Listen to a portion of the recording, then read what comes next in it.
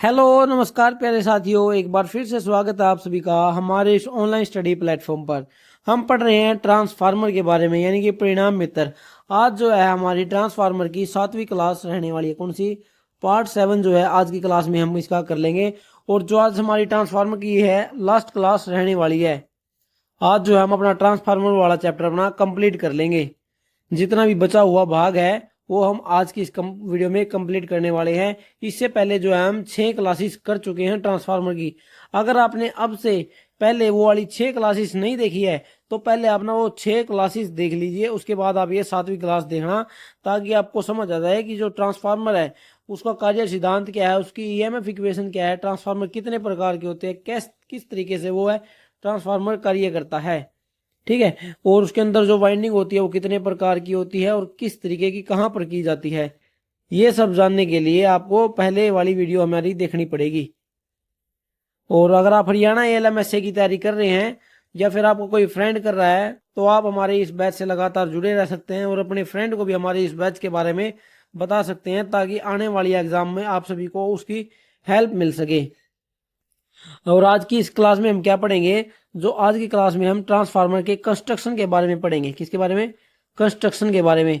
कि जो बाहर से हमें जो ट्रांसफार्मर दिखता है, जो उसके अंदर इक्विपमेंट बाहर से हमें दिखते हैं, वो कौन कौन से होते हैं और क्या उनका कार्य होता है, उसके बारे में हम सबसे पहले पढ़ेंगे। देखिए, सबसे पहले तो हम इसका चित्र बनाते हैं जो बाहर से वो दिखता है हमें। एक तो ट्रांसफार्मर में मेन टैंक होता है। क्या होता है?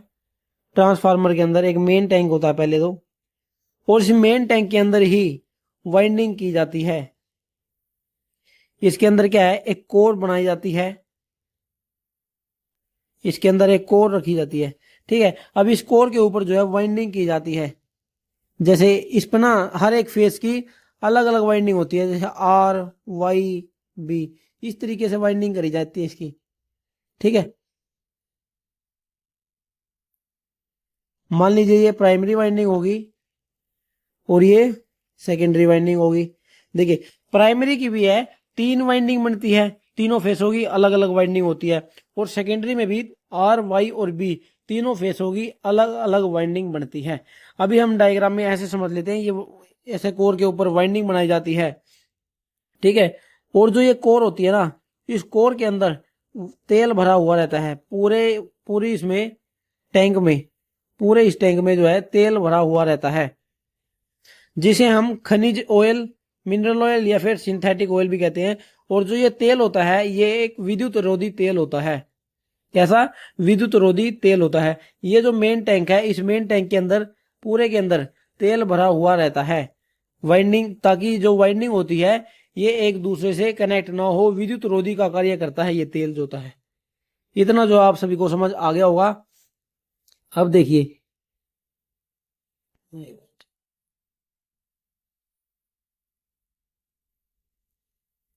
अब जो ये मेन टैंक हो गया। अब मेन टैंक के ऊपर जो है एक टैंक और बनाया जाता है, जिसे हम कहते हैं कंजर्वेटर। क्या? कंजर्वेटर। इस कंजर्वेटर के अंदर भी क्या है? तेल भरा हुआ रहता है। इस कंजर्वेटर के अंदर भी तेल भरा हुआ रहता है। कितना भरा रहता है? आधा, लगभग आधा तेल भरा रहता है। आधे से ऊपर ही थोड़ा किया जाता है इसे, लेकिन खाली जगह भी इसमें रखी जाती है। ठीक है। और ये जो तेल होता है ये इस रास्ते से यहां पर जाता है, इस पाइप के थ्रू क्या है, इसमें तेल जाता है। और इस पाइप के यहाँ पर इस मेन टैंक के अंदर और कंजर्वेटर के बीच में यहाँ पर एक रिले लगी होती है। क्या? रिले लगी होती है, जिसे हम कहते हैं बक्कल रिले। क्या कहते हैं? बुक्कल रिले कहते हैं उसे। वो रिले कहां पर लगी होती है? कंजर्वेटर और मेन टैंक के बीच में लगी होती है। अब देखिए, अब इस कंजर्वेटर से ऊपर की ओर, ऊपर से एक पाइप आती है नीचे की ओर ऐसे, और यहां पर क्या जुड़ा होता है? यहां पर जुड़ा होता है ब्रीदर। क्या? ब्रीदर, जहां से जो है ये हमारा ट्रांसफार्मर सांस लेता है। कहां से लेता है? इस ब्रीदर से लेता है। इस ये पाइप होती है यहां पर, और ये ब्रीदर के नीचे एक पोर्ट और लगा होता है। क्या? एक पोर्ट और लगा होता है, जिसके अंदर ऑयल भरा जाता है, कौन सा, उसके अंदर भी ट्रांसफार्मर ऑयल ही रखा जाता है। और इस जो पोर्ट है, इस पोर्ट के अंदर सिलिका जेल भरा होता है। क्या होता है? सिलिका जेल भरा होता है, सिलिका जेल। और जो ये नीचे पोर्ट होता है, इसके अंदर तेल भरा रहता है। इतना जो आप सभी को समझ आ गया होगा। और इस तरीके से जो है ये ब्रीदर बनाया जाता है। ये बन गया ब्रीदर। अब जो ट्रांसफार्मर होता है, एक मिनट, ये देखिए, इतना पार्ट जो आप सभी को समझ आ गया होगा। अब आगे देखिए, आगे क्या होता है, इसके ऊपर ट्रांसफार्मर की जो बॉडी है, ये मेन टैंक है, इस मेन टैंक के ऊपर बूसिंग लगाई जाती है। क्या? बूसिंग लगाई जाती है। बूसिंग जो है 3 तो प्राइमरी की होती हैं और 3 ही सेकेंडरी की होती हैं। और अगर स्टार कनेक्शन होता है तो उसके अंदर चौथी बूसिंग भी ऐड हो जाती है। बूसिंग जो होती है वो एक विद्युत रोधी भाग होता है, जिससे जो है ये जो बूसिंग से एक कंडक्टर होता हुआ आता है, और वो कंडक्टर जो है ऐसे वाइंडिंग से जुड़ जाता है। किसे? वाइंडिंग से जुड़ा रहता है। ये बूसिंग किस लिए प्रयोग किया जाता है? ताकि जो करंट है वो टैंक में ना जाए, इसलिए जो है बूसिंग का प्रयोग किया जाता है। बूसिंग एक विद्युत रोधी पदार्थ होता है। बूसिंग के अंदर एक कॉपर की रोड लगी होती है, जो कि सीधा वाइंडिंग से कनेक्ट की जाती है। इतना आपको समझ आ गया होगा। कितनी बूसिंग होती है? 3 प्राइमरी की होती है और 3 सेकेंडरी की होती है। अगर स्टार कनेक्शन किया जाता है तो न्यूट्रल पॉइंट के लिए भी एक बूसिंग लगाई जाती है। इतना आपको समझ आ गया होगा। अब जो इस ट्रांसफार्मर के ऊपर एक यहाँ पर एक्सप्लोजन वेंट लगाई जाती है। क्या? एक्सप्लोजन वेंट लगाई जाती है। वो भी एक तरीके की रिले ही होती है, जिसे हम PRV रिले कहते हैं, प्रेशर रिलीज वाल्व रिले। ठीक है, वो भी क्या है, मेन टैंक के ही ऊपर लगाई जाती है। इतना आपको समझ आ गया होगा। ये था एक्सप्लोजन वेंट। अब इस ट्रांसफार्मर में ये जो तेल होता है, अब तेल को मापने, इसका टेम्परेचर मापने के लिए यहाँ पर एक ताप मापी भी लगाया जाता है। क्या? ताप मापी। और ताप मापी का जो मीटर है वो इस जगह पर लगा दिया जाता है बाहर से, जो हमें दिख जाए कि इस तेल का टेम्परेचर कितना चला हुआ है। ठीक है, इतना आपको समझ आ गया होगा। यहाँ पर क्या लगता है? यहाँ पर लगता है ताप मापी, जिसे हम थर्मामीटर भी कहते हैं। अब आगे क्या है, अब इसके अंदर जो है टेपिंग स्विच भी होता है। इस तरफ एक टैंक और होता है, एक टैंक और होता है जिसे हम कहते हैं टैप चेंजर। उसका पूरा नाम होता है OLTC। क्या? OLTC, यानी कि on load tap changer. On load tap changer होता है वो। ठीक है, उसके बारे में भी आगे विस्तार से पढ़ेंगे। जो ये मैं पार्ट बना रहा हूं ना, इसके बारे में भी हम आगे विस्तार से पढ़ेंगे, कौन सा भाग किस कार्य के लिए प्रयोग किया जाता है। अभी जो है आप इसका डायग्राम समझिए कि ये किस तरीके का होता है। ठीक है, यहाँ पर होता है एक OLTC, और उसमें एक स्विच भी लगा होता है, जिससे हम जो है कम ज्यादा इसके वाइंडिंग के चक्रों को कर सकते हैं। और जो ये OLTC है, ये सेकेंडरी वाइंडिंग के साथ जुड़ा रहता है। किसके साथ? सेकेंडरी वाइंडिंग के साथ जुड़ा रहता है। और जो ये कंजर्वेटर है, कंजर्वेटर के अंदर एक ऑयल गेज लगाया जाता है। क्या लगाया जाता है? ऑयल गेज लगाया जाता है, जिससे हमें ये पता चल जाए कि इस टैंक के अंदर कितना तेल है। किसके अंदर? कंजर्वेटर टैंक के अंदर कितना तेल भरा हुआ है। ये था इसका चित्र। और एक और चीज इसमें रह गई है, रेडिएटर। रेडिएटर जो है इस तरफ बना देते हैं हम। जो रेडिएटर होती है वो किस तरीके से बनती है?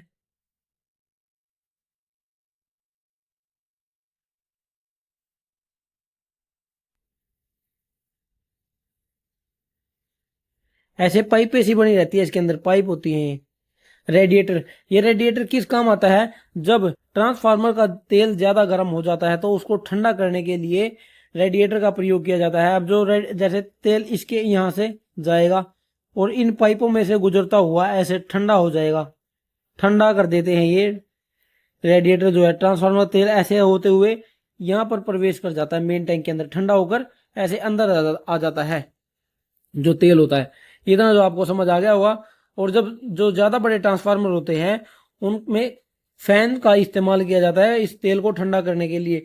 इन रेडिएटर पर क्या है, एयर का प्रेशर दिया जाता है। हम ये चीज पढ़कर आ चुके हैं जब मैंने आपको बता रहा था कि कूलिंग कैसे की जाती है ट्रांसफार्मर की, जब मैंने इस चीज को आपको अच्छे तरीके से बताया था। तो दोस्तों ये था जो है ट्रांसफार्मर होता है, इस तरीके से दिखता है। ठीक है, अब जो है इसके जो पार्ट हमने पढ़े हैं बनाए हैं, इनको अब आगे विस्तार से पढ़ लेते हैं। देखिए, सबसे पहले हम पढ़ते हैं कंजर्वेटर को। कंजर्वेटर जो है मृदु लोहे की चादर का बना होता है। किसकी? मृदु लोहे की, यानी कि कास्ट आयरन। कास्ट आयरन मृदु लोहे की चादर का बना होता है और ये बेलनाकार आकार का होता है। किसका? बेलनाकार आकार का। इसको जो है सहायक टैंक भी कहा जाता है। क्या? सहायक टैंक। किसका? मेन टैंक का। मेन टैंक का सहायक टैंक भी कहा जाता है। ये मेन टैंक से पाइप के थ्रू एक जुड़ा रहता है और इसका कार्य क्या होता है? मेन टैंक में तेल के स्तर को बनाए रखता है और जब तेल गर्म हो जाता है तो उसका आयतन बढ़ जाता है। जब तेल ज्यादा गर्म हो जाता है तो तेल का आयतन बढ़ जाता है। अब अगर ये ट्रांसफार्मर तो पूरे तरीके से जो है तेल से भरा हुआ है। देखिए, ठीक है, अब तेल जो है ज्यादा गर्म होगा। अब गर्म होने के कारण उसका आयतन बढ़ जाता है। अब आयतन बढ़ गया तो वो ट्रांसफार्मर का तेल यहां से होते हुए इसी ट्रांसफार्मर में जो है ज्यादा हो जाता है। जो ये जगह खाली छोड़ी जाती है ना इसमें कंजर्वेटर में, वो इसी चीज के लिए जगह खाली छोड़ी जाती है। जब तेल गर्म होगा तो वो इस जगह को कवर कर ले। इतना आपको समझ आ गया होगा। जो ट्रांसफार्मर का तेल है वो गर्म होकर उसका वॉल्यूम बढ़ जाता है, यानी कि आयतन उसका बढ़ जाता है। तो ये कंजर्वेटर में जो ऊपर की जगह खाली छोड़ी जाती है वो इसीलिए जगह छोड़ी जाती है ताकि जब गर्म हो तेल तो वो उस जगह को कवर कर ले। ठीक है, कंजर्वेटर का मेन काम तो यही होता है। और जो ये ट्रांसफार्मर में जब तेल की कमी हो जाती है तो कंजर्वेटर के थ्रू तेल मेन टैंक में चला जाता है। और इस कंजर्वेटर के अंदर एक ऑयल गेज भी लगा होता है जो हमें ये बताता रहता है कि इस कंजर्वेटर के अंदर अभी कितना तेल बचा हुआ है। ये आधा रहना चाहिए जो कंजर्वेटर का है, कंजर्वेटर में जो तेल होता है। ठीक है, ये था कंजर्वेटर के बारे में। इसका आपको समझ आ गया होगा। उससे आगे हम पढ़ते हैं ब्रीदर क्या होता है। क्या? ब्रीदर क्या होता है? देखिए, इसमें ब्रीदर कहां पर लगा हुआ है? ब्रीदर लगा हुआ है यहाँ पर कंजर्वेटर टैंक से ऊपर की ओर। और ये किस लिए लगाया जाता है जो ब्रीदर होता है? देखिए, ब्रीदर जो होता है ना ये कांच का बना हुआ है, कांच का पत्र होता है। कांच का बना हुआ एक बेलनाकार बेलनाकार पत्र होता है और इस बेलनाकार पत्र के अंदर सिलिका जेल भरा रहता है। क्या रहता है? सिलिका जेल भरा होता है। और इस पोर्ट के नीचे, जो कांच का ये पोर्ट होता है, इसके नीचे एक प्लास्टिक का भी पोर्ट लगाया जाता है जिसके अंदर जो है तेल भरा हुआ रहता है। किस तरीके से होता है ये देखिए।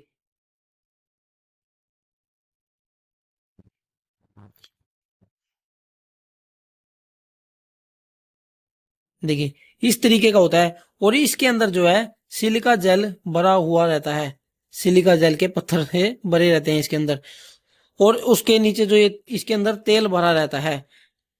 अब इसका मेन कार्य क्या होता है ब्रीदर का? जब ट्रांसफार्मर सांस लेता है, यानी कि जब वो सांस लेगा तो जो हवा होती है, हवा में कुछ ना कुछ नमी होती है, उसके अंदर कण भी होते हैं, धूल के कण। अगर ब्रीदर नहीं लगाएंगे हम एक ट्रांसफार्मर के अंदर तो जब ट्रांसफार्मर सांस लेगा तो उसके अंदर हवा में जो नमी होती है वो ट्रांसफार्मर के अंदर चली जाएगी और जो धूल के कण होते हैं वो भी ट्रांसफार्मर के अंदर चले जाएंगे, जिससे ट्रांसफार्मर के अंदर फॉल्ट हो सकता है। इसलिए जो है हम ट्रांसफार्मर में ब्रीदर का इस्तेमाल करते हैं। ये जो तेल होता है ये हवा में जो धूल के कण होते हैं उसको अपने पास रख लेता है। क्या? अपने पास रख लेता है। और जो हवा है, हवा अब इस पात्र के अंदर जाती है। ठीक है, और जो ये सिलिका जेल होता है, ये सिलिका जेल का क्या कार्य होता है? जो हवा में नमी होती है, हवा में नमी को सोख लेता है ये सिलिका जेल। इसीलिए सिलिका जेल का प्रयोग किया जाता है। एक पदार्थ और होता है जिसे हम कहते हैं कैल्शियम क्लोराइड। कैल्शियम क्लोराइड नाम का एक पदार्थ होता है, उसका भी जो हम इसके अंदर प्रयोग कर सकते हैं। वैसे ज्यादातर जो है इसके अंदर सिलिका जेल का प्रयोग किया जाता है। सिलिका जेल जो है हवा में रहने वाली नमी को सोख लेता है। अब जो हवा जो ऊपर जाएगी वो नमी रहित होगी, नमी के बिना होगी, यानी कि उसके अंदर नमी नहीं होगी। अब जो अगर ट्रांसफार्मर के अंदर जो हवा जाती है उसके अंदर नमी नहीं होती है, इसलिए उसके अंदर फॉल्ट नहीं होता है। इसीलिए ब्रीदर का उपयोग किया जाता है। ब्रीदर बहुत ही ज्यादा इंपॉर्टेंट भाग होता है एक ट्रांसफार्मर का। और जो ये सिलिका जेल है, जब ये सही कंडीशन होती है, यानी कि शुष्क अवस्था होती है जब इसकी, तो ये नीले कलर का होता है। किस कलर का होता है? नीले कलर का होता है। और जब ये नमी को सोख लेता है तो ये क्या है, गुलाबी रंग का हो जाता है।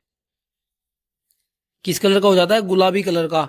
इसलिए ट्रांसफार्मर के जो सिलिका जेल है इसको समय समय पर बदलते रहना चाहिए या फिर इसको ठीक करते रहना चाहिए।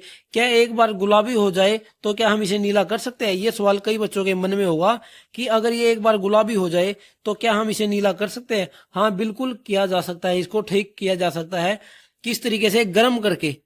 अगर हम इस सिलिका जेल को गर्म कर देंगे तो ये दोबारा से अपना नीले रंग में आ जाएगा और इसे हम दोबारा से प्रयोग कर सकते हैं। लेकिन एक लिमिट होती है इसको भी गर्म करने की। ज्यादा बार अगर हम इसे गर्म करेंगे फिर ये नीला होना बंद कर देगा। एक समय सीमा होती है इसकी भी, ठीक है। ज्यादा बार ये नहीं है कि हम इसको 10 बार ये गुलाबी हो गया 10 ही बार हमने इसको गर्म करके नीला कर दिया, नहीं, ऐसा नहीं होता। 3-4 बार जो हम इसे नीला कर सकते हैं, फिर जो है इसको बाद में जो है बदलना ही पड़ता है। समझ आ गया होगा ब्रीदर क्या होता है, ब्रीदर का क्या कार्य होता है। जो ट्रांसफार्मर सांस लेता है, जो हवा ट्रांसफार्मर के अंदर जाती है उसके धूल और उसकी नमी को हटाने के लिए ब्रीदर का इस्तेमाल किया जाता है। अब जो नेक्स्ट है वो है बूसिंग। बूसिंग मैंने आपको बनाकर दिखाई। बूसिंग कहाँ बनती है? ट्रांसफार्मर का जो मेन टैंक होता है, मेन टैंक के ऊपर जो बूसिंग लगाई जाती है, ये जो मैंने आपको बताया था ये विद्युत रोधी भाग होता है। कैसा? विद्युत रोधी, विद्युत रोधी भाग होता है। और जो ये बूसिंग होती है ये वोल्टेज के हिसाब से बनाई जाते हैं। जैसे 11 केवी वोल्टेज के लिए अलग बनाई जाएंगी, 33 केवी वोल्टेज के लिए अलग होती है, 132 केवी वोल्टेज के लिए अलग होती है और 220 किलो वोल्ट के लिए अलग बनाई जाती है।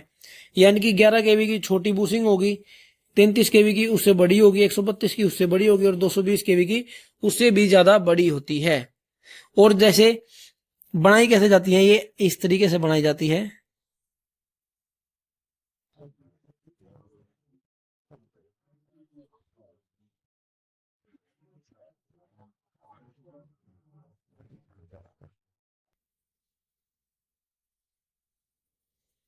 इस तरीके की जो है बूशिंग होती है।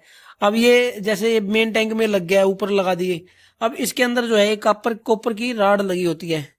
क्या होती है? कॉपर की रोड लगी होती है, जिसके जो सीधा वाइंडिंग में जुड़ी रहती है। क्या? सीधा वाइंडिंग में जुड़ी रहती है। ये क्या है? इनपुट और आउटपुट के लिए काम में ली जाती है। किसके लिए? इनपुट और आउटपुट के लिए। जो ये टैंक है, मान लीजिए इसमें ये इनपुट आ रही है 3, तो 3 ही जो है और लगे होंगे जो सेकेंडरी वाइंडिंग से जुड़े होते हैं, जिन्हें हम आउटपुट बूसिंग कहते हैं। ये इनपुट बूसिंग होगी जो प्राइमरी में जुड़ गई, एक होती है आउटपुट बूसिंग। ठीक है, इतना आपको समझ आ गया होगा। ये था बूसिंग। अब आगे समझते हैं बकल रिले के बारे में। बहुत ही ज्यादा इंपॉर्टेंट भाग होता है बकल रिले। बकल रिले जो है बड़े बड़े ट्रांसफार्मरों में उपयोग किया जाता है। जो हमारे घर के पास जो डिस्ट्रीब्यूशन ट्रांसफार्मर होते हैं उनके अंदर कोई बकल रिले का प्रयोग नहीं किया जाता। जो पावर हाउस के अंदर जो ट्रांसफार्मर होते हैं, पावर ट्रांसफार्मर, उनके अंदर बकल रिले को लगाया जाता है। और लगाया कहाँ जाता है? मेन टैंक और कंजर्वेटर टैंक के बीच में। मेन टैंक और कंजर्वेटर टैंक के बीच में इसे लगाया जाता है। और ये जो बकल रिले होती है वो किस तरीके की रिले होती है? गैस प्रचालित रिले होती है। बहुत ही ज्यादा इंपॉर्टेंट पॉइंट है ये वाला। बकल रिले किस तरीके की रिले होती है? गैस प्रचालित रिले होती है। इसका क्या कार्य होता है? जब ट्रांसफार्मर के अंदर कोई फॉल्ट आ जाता है तो क्या है, बकल रिले सर्किट ब्रेकर को एक सिग्नल भेजती है कि जो ट्रांसफार्मर के अंदर फॉल्ट आ गया है, ट्रांसफार्मर को बंद कर दो। रिले का कार्य ही क्या होता है? सिग्नल देने का कार्य होता है रिले का। और बकल रिले का क्या कार्य है? अगर ट्रांसफार्मर के अंदर कोई फॉल्ट हो जाए तो ये सर्किट ब्रेकर को सिग्नल भेज देती है कि ट्रांसफार्मर के अंदर फॉल्ट हो चुका है, इसे बंद कर दो। पहले तो एक अलार्म बजता है, बकल अलार्म जिसे हम कहते हैं। अगर फॉल्ट जो है, जब छोटा मोटा फॉल्ट होता है तो उसके अंदर बकल अलार्म बजता है, तभी हमें जो है ट्रांसफार्मर की केयर कर लेनी चाहिए। अगर हम केयर नहीं करेंगे तो फिर उसके बाद आता है बकल ट्रिप। क्या होता है? बकल ट्रिप होता है। उसके बाद बकल रिले के कारण जो ट्रांसफार्मर जो है ट्रिप कर जाता है। ये होती है बकल रिले। कैसी रिले होती है? गैस प्रचालित रिले होती है। और जब ट्रांसफार्मर के अंदर फॉल्ट होता है, जब इसका कार्य स्टार्ट हो जाता है। अधिक क्षमता वाले ट्रांसफार्मर में बकल रिले का प्रयोग किया जाता है। अब आगे है एक्सप्लोजन वेंट। इसे हम कहते हैं प्रेशर रिलीज वाल्व भी इसे कहते हैं। क्या कहते हैं? Pressure release valve, PRV short form में इसे बोलते हैं। पीआरवी रिले होती है एक प्रकार की, ये भी क्या होती है? पीआरवी रिले होती है। इसमें क्या होता है, जब जो ट्रांसफार्मर के अंदर जो तेल होता है, जब तेल का प्रेशर ज्यादा बढ़ जाता है, क्या, जब तेल का प्रेशर जो है ज्यादा बढ़ जाता है, तो ये प्रेशर रिलीज वाल्व पहले एक सर्किट ब्रेकर को सिग्नल भेजती है कि जो ट्रांसफार्मर के अंदर जो तेल है उसका दाब बहुत ही ज्यादा बढ़ गया है, कृपया करके ट्रांसफार्मर को बंद कर दीजिए। ये क्या है? रिले सर्किट ब्रेकर को एक सिग्नल भेज देती है। अगर फिर भी अगर हम उस फॉल्ट को दूर नहीं करते हैं तो क्या है, ये पीआरवी रिले ट्रिप कर जाती है। सर्किट ब्रेकर पहले तो अलार्म बजाता है, उसके बाद ट्रिप कर जाता है। और ट्रिप ट्रिप अगर नहीं करता है तो तब क्या होता है, मान लीजिए प्रेशर रिलीज वाल्व जो है, जो रिले होती है, वो काम नहीं कर रही है अच्छे तरीके से, तब क्या होगा, तब जो प्रेशर रिलीज वाल्व का जो डायफ्राम होता है, वो डायफ्राम टूट जाता है ज्यादा दाब के कारण, क्योंकि तेल का दाब बहुत ज्यादा बढ़ जाता है। अगर रिले खराब है तो उस दाब, जो दाब होता है तेल का, वो इस पीआरवी के डायफ्राम को तोड़ देता है और जो तेल होता है वो बाहर की तरफ आ जाता है मेन टैंक से। पीआरवी इसे कहते हैं। अब आगे क्या है?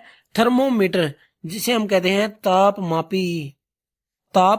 मापी, यानी कि ट्रांसफार्मर के तेल के टेम्परेचर को मापने के लिए, ट्रांसफार्मर के तेल के टेम्परेचर को मापने के लिए ताप मापी का प्रयोग किया जाता है। जो ट्रांसफार्मर के अंदर तेल होता है वो 140 डिग्री सेल्सियस पर जलने लग जाता है। किस पर? 140 डिग्री सेल्सियस जो है उसका ज्वलन बिंदु होता है, यानी कि फ्लैश पॉइंट होता है। लेकिन हमें कभी भी ट्रांसफार्मर के तेल को 100 डिग्री सेल्सियस से अधिक नहीं होने देना चाहिए। किससे ज्यादा नहीं होने देना चाहिए? 100 डिग्री सेल्सियस से ज्यादा नहीं होने देना चाहिए। पहले ही जो है हमें ट्रांसफार्मर को बंद कर देना चाहिए, या फिर उसके तेल को ठंडा करने के और भी इलाज ढूंढने चाहिए, जैसे पानी का छिड़काव हम उसके ऊपर कर सकते हैं। और जो फैन होते हैं, फैन को भी हम ऑन कर सकते हैं। इसलिए इसको टेम्परेचर को ज्यादा नहीं बढ़ने देना चाहिए। और 140 डिग्री सेल्सियस पर तो इसमें आग ही लग जाती है। अब आगे क्या है? Tapping switch. ये किस में होता है? ये OLTC के अंदर होता है, जिसे हम कहते हैं on load tap changer. Tapping switch जो है ये सेकेंडरी वाइंडिंग के साथ जुड़ा रहता है। किसके साथ? सेकेंडरी वाइंडिंग के साथ जुड़ा रहता है टैपिंग स्विच। ये सेकेंडरी वाइंडिंग की अलग अलग टैपिंग, जैसे जो एक नॉर्मल जो ट्रांसफार्मर होता है उसके अंदर 18 टेपिंग्स होती है। कितनी? 18 टेपिंग्स। कम भी हो सकती हैं, ज्यादा भी होती है। ये एक मैं एग्जांपल बता रहा हूँ, 18 टेपिंग्स होती हैं। जब मैंने एक ट्रांसफार्मर को देखा था तो मैंने उसके अंदर 18 टेपिंग को देखा था। ठीक है। M&P जो है इसकी देखरेख के लिए आती है साल में एक बार, जो पावर ट्रांसफार्मर होते हैं एक पावर हाउस के अंदर। ठीक है। कितनी? 18 टेपिंग होती है। ये जो सेकेंडरी वाइंडिंग है, मान लीजिए ये जो वाइंडिंग होती है इसमें टेपिंग बनी होती है, जैसे इतनी की एक टैपिंग होगी, इसकी 2 टैपिंग होगी, इसकी 3 टैपिंग होगी, तो इसकी एक टोटल 18 टैपिंग होती है। अगर वोल्टेज कम हो जाती है, अगर वोल्टेज कम हो जाती है तो हम टेपिंग को बढ़ा देते हैं। यानी कि अगर हम टेपिंग बढ़ाने का क्या मतलब है, इसके जो नंबर ऑफ टर्न्स है वो बढ़ जाते हैं टेपिंग से। इतना इससे आप समझ सकते हैं। अगर वोल्टेज ज्यादा हो गई तो हम इस टेपिंग को कम कर देते हैं। अगर वोल्टेज कम हो गई, ज्यादा वोल्टेज ड्रॉप हो गया लोड के कारण क्या है, वोल्टेज ड्रॉप ज्यादा हो जाता है तो वोल्टेज गिरने लग जाती है, यानी कि वोल्टेज कम होने लगती है। तो उस कम हुई वोल्टेज को पूरा करने के लिए टेपिंग को घटाया व बढ़ाया जा सकता है। इसे आप समझ सकते हैं, ट्रांसफार्मर के अंदर वोल्टेज को कम या ज्यादा करने के लिए हम टेपिंग स्विच का प्रयोग करते हैं। और ये एक मैनुअली स्विच होता है। कैसा? मैनुअली स्विच होता है, जिसे हम प्रेस करके इसके टैप को कम या ज्यादा कर सकते हैं। और अगर ट्रांसफार्मर पर लोड बना हुआ है तब भी हम इसके जो टैप पोजीशन को चेंज कर सकते हैं। चाहे ट्रांसफार्मर के ऊपर कितना भी लोड हो, हम इसको इसकी जो टैप पोजीशन होती है उसको कम या ज्यादा कर सकते हैं। ठीक है, इतना आपको समझ आ गया होगा। अब आगे क्या है, अब आगे है ऑयल गेज। ऑयल गेज क्या होता है, कंजर्वेटर में लगा होता है ऑयल गेज। किसमें, कंजर्वेटर के अंदर। ये हमें बताता है कि ट्रांसफार्मर के इसमें कंजर्वेटर टैंक के अंदर कितना तेल भरा हुआ है। ठीक है, ये होता है ऑयल गेज। तेल की कमी जब हो जाती है तो ये क्या है, ऑयल गेज एक अलार्म देता है जिससे हमें पता चल जाता है कि ट्रांसफार्मर के कंजर्वेटर के अंदर तेल कम रह गया है। ठीक है, अब मेरे पास अब कुछ इसके बारे में समझ लेते हैं। ट्रांसफार्मर के अंदर तो तेल होता है। ट्रांसफार्मर के अंदर दो तरीके का तेल होता है। एक होता है मिनरल ऑयल, एक होता है सिंथेटिक ऑयल। एक होता है मिनरल ऑयल, एक होता है सिंथेटिक ऑयल। ये मिनरल ऑयल जो होता है ये पेट्रोलियम के शुद्धिकरण से होता है, यानी कि जो पेट्रोलियम होता है उसके शोधन से प्राप्त होता है मिनरल ऑयल। और जो सिंथेटिक ऑयल होता है, सिंथेटिक ऑयल सिलिकॉन और हाइड्रोकार्बन से मिलता है। कहां से, सिलिकॉन और हाइड्रोकार्बन। सिलिकॉन और हाइड्रोकार्बन से मिलता है हमें सिंथेटिक ऑयल।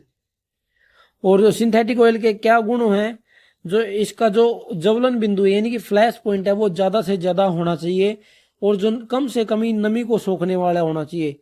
यानी कि अगर इसको खुले में भी रख दिया जाए तो इसके अंदर क्या है, ये नमी को सोखने वाला ना हो, इस प्रकार का जो है तेल होना चाहिए। इसकी कम श्यानता हो और सरलता से प्रवाहित होने वाला हो। कैसा, सरलता से प्रवाहित हो जाए, इस तरीके का होना चाहिए।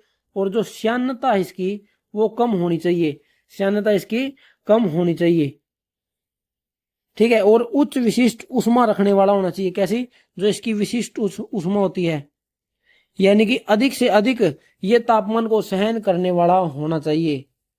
शॉर्ट फॉर्म में इसे आप ऐसे समझ सकते हैं, कम से कम ज्यादा से ज्यादा ऊष्मा सहन करने वाला होना चाहिए। और 140 डिग्री सेल्सियस का ज्वलन बिंदु होता है। इतना आप सभी को ध्यान रखना है।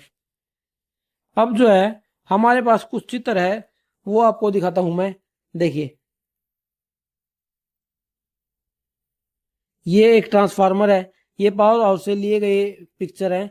देखिए, जो इस ट्रांसफार्मर के ऊपर आपको ये टैंक दिख रहा है इसे हम कहते हैं कंजर्वेटर टैंक। क्या कहते हैं, कंजर्वेटर टैंक। और इसको आप देखिए, इसके ऊपर से एक पाइप आ रही है यार, ये पाइप। और ये पाइप कहां पर, इस पोर्ट के अंदर जुड़ी हुई है। इसी को हम क्या कहते हैं, इसी को हम कहते हैं ब्रीदर। क्या कहते हैं, इसी को हम ब्रीदर कहते हैं। इस ब्रीदर के अंदर क्या है, सिलिका जेल भरा हुआ है। अभी इसकी क्या है, गुलाबी हो रखा है, यानी कि ये जो है अभी इसने नमी को ज्यादा सोख लिया है, इसलिए इसका रंग गुलाबी हो गया है। अब इसको क्या है, इसको गर्म करके हम नीला कलर दोबारा से इसका प्राप्त कर सकते हैं। ठीक है, ये है इसका कंजर्वेटर टैंक। ये होता है इसका कंजर्वेटर टैंक, और ये होता है इसका ब्रीदर। इतना आपको समझ आ गया होगा। अब देखिए,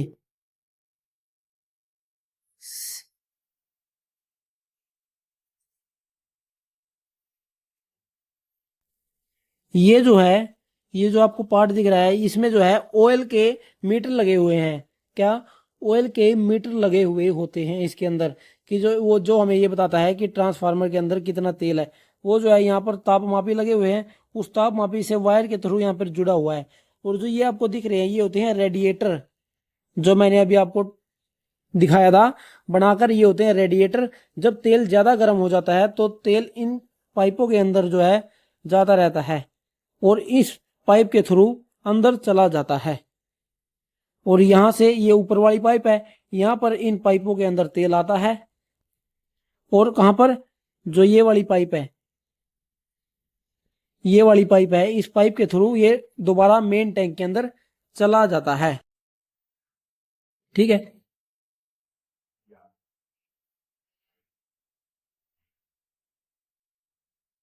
और इसमें देखिए आप, इस पिक्चर में आपको क्या दिखेगा, ओ एल टी सी। जो ये है, ये क्या होता है, ये होता है OLTC यानी कि ऑन लोड टैप चेंजर। ठीक है, इसे क्या कहते हैं हम, ऑन लोड टैप चेंजर कहते हैं।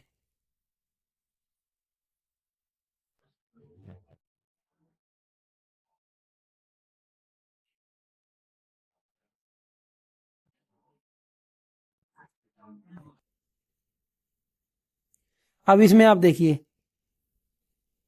जो ये चीज है, जो ये पार्ट दिख रहा है आपको, ये होता है PRV रिले। क्या होती है, प्रेशर रिलीज वाल्व होती है ये, कौन सी, PRV relay, pressure release valve. और जो ये उसकी इसके ऊपर लगे हुए काले काले रंग के, इन्हें हम कहते हैं बुशिंग। क्या कहते हैं इन्हें हम कहते हैं बुशिंग। ये देखिए, 1 2 3 4 5 6 और 7, 7 बुशिंग लगी हुई है इसके अंदर। यानी कि प्राइमरी के अंदर जो है 3 बुशिंग लगी हुई है, जिसे हम समझ सकते हैं ये डेल्टा वाइंडिंग की हुई होगी। जो इसकी प्राइमरी के अंदर डेल्टा वाइंडिंग हो रखी होगी। और जो सेकेंडरी होती है, सेकेंडरी में इसमें 4 लगे हुए हैं, 4 बुशिंग लगी हुई है। यानी कि जो चौथा है वो न्यूट्रल पॉइंट से निकाला गया है। यानी कि इसके जो सेकेंडरी वाइंडिंग है वो स्टार कनेक्शन में की होगी, इसलिए जो है इसके अंदर न्यूट्रल पॉइंट आया हुआ है। और देखिए, जो आपको ये भाग दिख रहा है, ये जो भाग दिख रहा है, ये क्या है इसका, ये बक्कल रिले होती है। ये मेन टैंक, ये पाइप जुड़ी हुई है यहां से, और यहां पर ये आई हुई है। यानी कि जो बक्कल रिले है, ये मेन टैंक और कंजर्वेटर टैंक के बीच में जुड़ी हुई रहती है। ठीक है, अब देखिए इसमें आपको क्या दिखता है, जो ये पिक्चर है, जो ये आपको दिख रहे हैं ना, ये होते हैं तापमान को मापने के लिए। किसको, तापमान को मापने के लिए ये ऑयल वो है, थर्मोमीटर लगे हुए हैं। ये जो है एक वाइंडिंग के साथ भी कनेक्ट होता है और ऑयल के साथ कनेक्ट होता है। ऑयल, जो ऑयल का तापमापी होता है, वो ऑयल के तापमान को मापता है। और एक वाइंडिंग से जुड़ा होता है, जो वाइंडिंग के तापमान को करता है, क्या करता है, वाइंडिंग के तापमान को मापता है। ठीक है, इतना आपको समझ आ गया होगा। अब देखिए, ये पिक्चर आपको दिखेगी, इसके अंदर जो आपको दिख रहा है, ये होती है सीटी। जो मैंने आपको बताया था ना, करंट ट्रांसफार्मर, ये होती है करंट ट्रांसफार्मर 3। हर एक फेस पे अलग अलग लगाई जाती है। क्या, हर एक फेस पर अलग अलग करंट ट्रांसफार्मर लगाया जाता है, अलग अलग सीटी लगाई जाती है। और सीटी का क्या है, मेन कार्य क्या होता है, करंट को मापने का कार्य होता है। सीटी किस लिए लगाई जाती है, करंट को मापने के लिए सीटी का प्रयोग किया जाता है, करंट ट्रांसफार्मर का प्रयोग किया जाता है। अब आप इस पिक्चर में देखिए, आपको क्या दिखेगा, ये होती है पीटी। क्या होती है, पीटी, यानी कि पोटेंशियल ट्रांसफार्मर, जिन्हें हम कहते हैं पोटेंशियल ट्रांसफार्मर। इनका कार्य क्या होता है, इनका कार्य होता है हमारे सिस्टम के वोल्टेज को मापना। किसको, ये वोल्टेज को मापने के लिए प्रयोग की जाती है। सीटी करंट को मापने के लिए और पीटी वोल्टेज को मापने के लिए प्रयोग की जाती है। ठीक है, अब हम आगे समझते हैं, जो परिणाम मित्र है, जो ट्रांसफार्मर है, उसका समांतर परिचालन किस तरीके से हम कर सकते हैं। किस लिए, सबसे पहले तो ये समझिए समांतर परिचालन किया क्यों जाता है। जो पावर हाउस होते हैं, पावर हाउस से ज्यादा बिजली को आगे भेजने के लिए, क्योंकि मान लीजिए एक ट्रांसफार्मर है, उस ट्रांसफार्मर की कोई ना कोई क्षमता होगी। अगर हमें उसे ज्यादा क्षमता आगे भेजनी है, उससे ज्यादा बिजली हमें आगे भेजनी है, तो हम क्या कर सकते हैं, हम एक और ट्रांसफार्मर का इस्तेमाल कर सकते हैं। और उस ट्रांसफार्मर को हमें उसमें पैरेलल में जोड़ना पड़ेगा। किसमें, पैरेलल में जोड़ना पड़ेगा। यानी कि जो पावर हाउस है, उनकी क्षमता बढ़ाने के लिए और अधिक लोड को शेयर करने के लिए हमें समांतर परिचालन करना पड़ता है। अब समांतर परिचालन करने की कुछ शर्तें होती हैं, वो देखिए क्या होती है। दोनों ट्रांसफार्मरों की जो ध्रुवता है, यानी कि जो पोलराइजेशन है, वो सेम होना चाहिए। और फेज सीक्वेंस जो सेम होना चाहिए। क्या, कला अनुक्रम सेम होना चाहिए, यानी कि फेज सीक्वेंस सेम होना चाहिए। यानी कि आर वाई बी जो होता है फेज सीक्वेंस, ये दोनों ट्रांसफार्मरों का सेम होना चाहिए। दोनों ट्रांसफार्मर की आवृत्ति समान होनी चाहिए, जो फ्रीक्वेंसी है दोनों ट्रांसफार्मरों की सेम होनी चाहिए। दोनों ट्रांसफार्मरों में समान प्रति इकाई इंपीडेंस होना चाहिए। यानी कि जो इंपीडेंस है दोनों ट्रांसफार्मरों का, प्रति इकाई का वो समान रहना चाहिए। और एक्स बटे आर, एक्स एल मान सकते हैं यहाँ पर, क्योंकि ट्रांसफार्मर के अंदर एल होता है। एक्स एल बटा आर अनुपात जो है वो समान होना चाहिए दोनों ट्रांसफार्मरों का। एक्स एल बटे आर जो अनुपात है, ये अनुपात दोनों ट्रांसफार्मरों का समान होना चाहिए। अगर ये समान नहीं होगा तो क्या होगा, एक ट्रांसफार्मर उच्च पावर फैक्टर के साथ कार्य करेगा तो दूसरा जो है निम्न पावर फैक्टर के साथ कार्य करता है।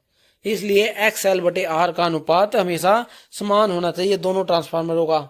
अब इनके लाभ क्या हैं, देखिए, किसी एक ट्रांसफार्मर में दोष पैदा हो जाने पर अन्य ट्रांसफार्मरों के द्वारा विद्युत वितरण कार्य जारी रखा जा सकता है। मान लीजिए एक पावर हाउस के अंदर 4 ट्रांसफार्मर लगाए गए हैं पैरेलल में। अगर कोई एक ट्रांसफार्मर खराब भी हो जाए तो इन तीनों के द्वारा इस ट्रांसफार्मर का लोड भी जो है चलाया जा सकता है। किस तरीके से, क्योंकि हमने यहाँ पर समांतर प्रचालन किया है। समांतर प्रचालन करने के कारण हम जो अगर इस ट्रांसफार्मर को हटा भी दें तो इन 3 ट्रांसफार्मरों के द्वारा इस ट्रांसफार्मर को लोड को भी चलाया जा सकता है। ये तो इसका सबसे बड़ा लाभ होता है। ठीक है, एक सेक्शनलाइजर लगा होता है पावर हाउस के अंदर, क्या सेक्शनलाइजर स्विच लगा होता है जिसे हम सेक्शनलाइजर आइसोलेटर कहते हैं, या फिर आप हम उसे कह सकते हैं सेक्शनलाइजर स्विच, जिसके द्वारा हम इस अलग जो ट्रांसफार्मर खराब हुआ है इसके लोड को भी चला सकते हैं। लोड बढ़ जाने पर लाइन वोल्टेज को उचित मान पर बनाए रखा जा सकता है। समांतर क्रम में प्रचालित ट्रांसफार्मरों की जो दक्षता है वो उच्च होती है। कैसे, ट्रांसफार्मर जो समांतर क्रम में चलाए जाते हैं उनकी दक्षता भी उच्च होती है। अब इसके कुछ हानि भी होती है, वो हानि देख लेते हैं क्या होती है। देखिए, त्रुटिपूर्ण समांतर संयोजन के अंतर्गत ट्रांसफार्मर के खराब हो जाने की संभावना बनी रहती है। अगर समांतर क्रम फेल हो गया, अगर हमने कहीं पर कोई कमी छोड़ दी इसमें समांतर चलाने में, तब क्या है, इसमें ट्रांसफार्मर की खराब होने की चांसेस ज्यादा बढ़ जाते हैं। ठीक है, एक बड़े ट्रांसफार्मर की अपेक्षा कई छोटे छोटे ट्रांसफार्मर का लागत मूल्य अधिक होता है या स्थान भी अधिक गिरता है। क्या कहना चाहता है, जो मान लीजिए कोई पावर हाउस है उसके अंदर 4 ट्रांसफार्मर प्रयोग किए गए हैं। ठीक है, क्या 4 ट्रांसफार्मर प्रयोग किए गए हैं, लेकिन उनकी जगह पर एक ट्रांसफार्मर भी हम कार्य में ले सकते हैं बड़े वाला। क्या इन चारों के बदले हम एक बड़ा ट्रांसफार्मर भी है जो प्रयोग कर सकते हैं। उसमें क्या होगा, जगह कम घेरेगा वो। ये 4 ट्रांसफार्मर जगह ज्यादा घेरते हैं, एक ट्रांसफार्मर जगह को कम घेरेगा। ठीक है, और इसका बड़े ट्रांसफार्मर का लागत मूल्य इन चारों के मूल्य से कम होता है। लेकिन वही मैंने आपको बताया, 4 अलग अलग ट्रांसफार्मर के फायदे क्या है। अगर एक ट्रांसफार्मर खराब भी हो गया तो क्या हम इन तीनों के द्वारा उसका लोड को भी चला सकते हैं। लेकिन अगर ये बड़ा ट्रांसफार्मर खराब हो गया, इसके अंदर कोई फॉल्ट हो गया, तो क्या है, पूरी सप्लाई बाधा हो जाएगी, पूरी सप्लाई रुक जाती है। ठीक है, ये था ट्रांसफार्मर का समांतर प्रचालन। इसका आप सभी को अच्छे तरीके से समझ आ गया होगा। ठीक है दोस्तों, इतना जो है आप सभी को समझ आ गया होगा। अब देखिए, अब आगे क्या है, जो कुछ पॉइंट है, एक आधे पॉइंट रह गए हैं। वैसे तो हमारा चैप्टर जो है ये कंप्लीट हो चुका है ट्रांसफार्मर का यहाँ पर, लेकिन जो 1-2 पॉइंट जो हमारे रह गए हैं उनके बारे में एक बार चर्चा कर लेते हैं। जो ट्रांसफार्मर के अंदर जो आवाज आती है, क्या, जो ट्रांसफार्मर के अंदर जो आवाज आती है उस आवाज को जो है हमिंग आवाज कहते हैं। क्या, हमिंग वॉइस भी उसे कहा जाता है। और ये हमिंग वॉइस होती किसके कारण है, मैग्नेटो स्ट्रीशन के कारण। मैग्नेटो स्ट्रीशन, जो ट्रांसफार्मर के अंदर क्या है, जो आवाज आती है उसको क्या कहा जाता है, उसको हमिंग वॉइस कहा जाता है। हमिंग वॉइस, और ये जो हमिंग वॉइस है वो मैग्नेटो स्ट्रीशन के कारण आती है। किसके कारण, मैग्नेटो स्ट्रीशन के कारण आती है। बहुत इंपॉर्टेंट पॉइंट है, याद रखना आपको। और एक क्या है, अगर सेकेंडरी पर लोड कुछ भी हो, चाहे आर हो, क्या, सेकेंडरी पर जो सेकेंडरी वाइंडिंग है उस पर जो लोड तो सेकेंडरी पर ही जोड़ा जाता है। अब सेकेंडरी पर लोड चाहे कुछ भी हो, चाहे रेजिस्टेंस के रूप में हो, चाहे इंडक्टर के रूप में हो, चाहे कैपेसिटर के रूप में हो, उस कंडीशन में प्राइमरी के पावर फैक्टर पर कोई असर नहीं पड़ेगा। प्राइमरी का जो पावर फैक्टर होता है, प्राइमरी का जो पावर फैक्टर होता है उस पर कोई भी असर नहीं पड़ता है, वो तो हमेशा लैगिंग ही होता है। लैगिंग क्यों होता है? क्योंकि उसके अंदर इंडक्टर होता है। लेकिन जो सेकेंडरी होती है, सेकेंडरी वाइंडिंग लोड के साथ कनेक्ट रहती है। अब उसके अंदर चाहे रेजिस्टेंस का लोड कनेक्ट किया हो, चाहे इंडक्टर का लोड किया गया हो, चाहे कैपेसिटर का लोड कनेक्ट किया गया हो, प्राइमरी का जो पावर फैक्टर होगा उस पर कभी भी असर नहीं पड़ेगा लोड का। इसलिए जो प्राइमरी का पावर फैक्टर होगा वो हमेशा लैगिंग में होता है। क्या होता है? लैगिंग में होता है। और एक चीज और मैंने आपको बताई थी, जो केवीए है वो व्युत्क्रमानुपाती होता है 1/फ्रीक्वेंसी के, यानी कि फ्रीक्वेंसी ज्यादा तो केवीए रेटिंग कम होती है उसकी। ठीक है। और इसी बात के ऊपर मैं आपको एक चीज और बताता हूं, जिस ट्रांसफार्मर की क्या जिस ट्रांसफार्मर की फ्रीक्वेंसी कम होगी, जिस ट्रांसफार्मर की फ्रीक्वेंसी कम होगी वो साइज में बड़ा होता है। क्या? वो ट्रांसफार्मर साइज में बड़ा होगा, बड़ा होगा। अगर ट्रांसफार्मर की फ्रीक्वेंसी ज्यादा है, फ्रीक्वेंसी अगर ज्यादा है तो साइज उसका छोटा होगा। क्या होगा? साइज उसका छोटा होगा। इस बात को हम कैसे समझ सकते हैं? देखिए, केवीए रेटिंग क्या होती है? जो बड़े बड़े ट्रांसफार्मर होते हैं उनके केवीए रेटिंग ज्यादा होती है। उनके अंदर कितनी फ्रीक्वेंसी होती है? उनके अंदर होती है लगभग 50 हर्ट्ज। कितनी फ्रीक्वेंसी होती है? 50 हर्ट्ज। 50 हर्ट्ज होते हुए भी, यानी कि फ्रीक्वेंसी तो कम है लेकिन ट्रांसफार्मर की रेटिंग बहुत ज्यादा है। इस चीज से हम समझ सकते हैं। और जो इलेक्ट्रॉनिक वे कार्य होते हैं, इलेक्ट्रॉनिक में जो ट्रांसफार्मर उपयोग होते हैं, जो छोटे छोटे होते हैं, उनकी फ्रीक्वेंसी बहुत ही ज्यादा होती है। वो 1000 हर्ट्ज के आसपास होती है उनकी, यानी कि उनकी फ्रीक्वेंसी ज्यादा ही होती है, 500 हर्ट्ज, 1000 हर्ट्ज। ठीक है ना। तो वो क्या है? वो साइज में छोटे होते हैं। वो क्या होते हैं? वो साइज में छोटे होते हैं। इस चीज से हम आप इस चीज को समझ सकते हैं, जिस ट्रांसफार्मर की फ्रीक्वेंसी कम होगी वो साइज में बड़ा होगा, जिस ट्रांसफार्मर में फ्रीक्वेंसी ज्यादा होगी वो ट्रांसफार्मर साइज में छोटा होगा। एग्जाम्पल देखिए इसका। मान लीजिए कोई ट्रांसफार्मर है, वो 2 किलो वोल्ट, 2 केवी का है और 50 हर्ट्ज का है। और इसी के समान एक और ट्रांसफार्मर है जो 2 केवीए का मान लेते हैं उसको भी, ठीक है, और 600 हर्ट्ज का है। अब बताइए इसमें छोटा ट्रांसफार्मर कौन सा होगा और बड़ा कौन सा होगा? अभी मैंने आपको बताया जिस ट्रांसफार्मर की फ्रीक्वेंसी कम है वो ट्रांसफार्मर बड़ा होगा साइज में, और जिस ट्रांसफार्मर की फ्रीक्वेंसी ज्यादा है वो साइज में छोटा होगा। वो क्या हुआ? वो साइज में छोटा होता है। इतनी बात जो आपको समझ आ गई होगी। अब एक चीज और बताता हूं, जो स्मॉल ट्रांसफार्मर होते हैं, जो छोटे ट्रांसफार्मर होते हैं, इनमें जो वाइंडिंग होती है, हाई वोल्टेज वाइंडिंग जो होती है, कौन सी? High voltage high voltage winding जो होती है वो की जाती है क्रॉस ओवर कोयल। ये जो है एक वाइंडिंग का नाम होता है। ये जो इन वाइंडिंग के बारे में हम वाइंडिंग वाले चैप्टर में बहुत ही अच्छे तरीके से समझेंगे। अभी आप ये ध्यान रखिए, जो छोटे ट्रांसफार्मर होते हैं उनमें high voltage winding cross over coil में की जाती है, और जो लो वोल्टेज होती है, जो लो वोल्टेज होती है वो सिलेंड्रिकल सिलेंड्रिकल वाइंडिंग की जाती है उसके अंदर। एग्जाम में आया हुआ सवाल है, इसीलिए मैं आप सभी को इस चीज को बता रहा हूं। जो एग्जाम में क्या पूछा गया था कि जो छोटे ट्रांसफार्मर होते हैं उनके अंदर हाई वोल्टेज वाइंडिंग कौन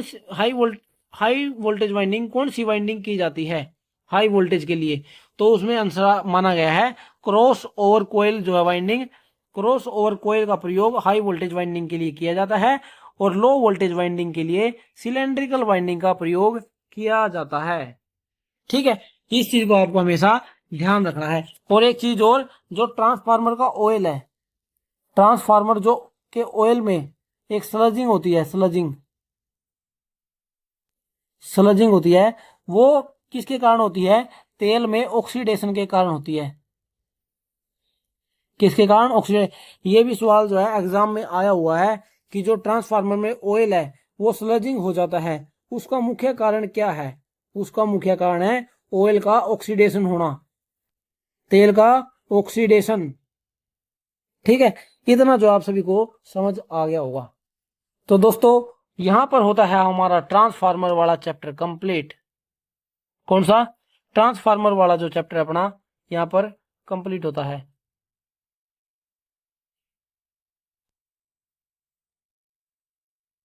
कंप्लीट। अगर इस पूरे चैप्टर में आपको कुछ भी नहीं, कुछ भी यानी कि कहीं पर भी कोई भी दिक्कत आई हो, तो आप हमें कमेंट करके बता सकते हैं कि हमें ये चीज समझ नहीं आई। हम आपको वो चीज को दोबारा बताने की कोशिश करेंगे। वैसे तो इस चैप्टर बहुत ही आसान है और बहुत ही ज्यादा इंटरेस्टिंग चैप्टर है। जब भी आपकी सिलेक्शन होगी बिजली बोर्ड में, चाहे वो एएलएम के पद पर हो, चाहे वो एसए के पद पर हो, चाहे वो जेई के पद पर हो, तो आपको सबसे पहले क्या देखने को मिलता है? एक पावर हाउस के अंदर ट्रांसफार्मर देखने को मिलता है। और ट्रांसफार्मर देखते ही आप सभी को पता लग जाना चाहिए कि ट्रांसफार्मर के अंदर जो ये पार्ट लगा हुआ है, इस पार्ट को क्या कहते हैं और ट्रांसफार्मर किस तरीके से कार्य करता है, इस चीज के बारे में आपको पता रहना चाहिए।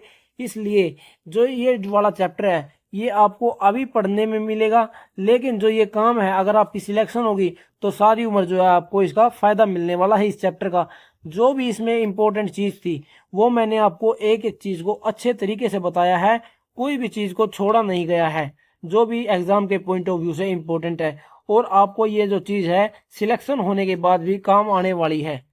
ठीक है ना? तो इसलिए अगर आप कि आपको कुछ भी इस चैप्टर में ऐसा है जो आपको समझ नहीं आया, तो आप हमें कमेंट करके बता सकते हैं। और आप लगातार हमारे इस बैच से जुड़े रहिए ताकि आने वाले हर एग्जाम में आपको हेल्प मिल सके। तो दोस्तों, आज होता हमारा ट्रांसफार्मर वाला चैप्टर कंप्लीट। मिलते हैं नेक्स्ट क्लास में।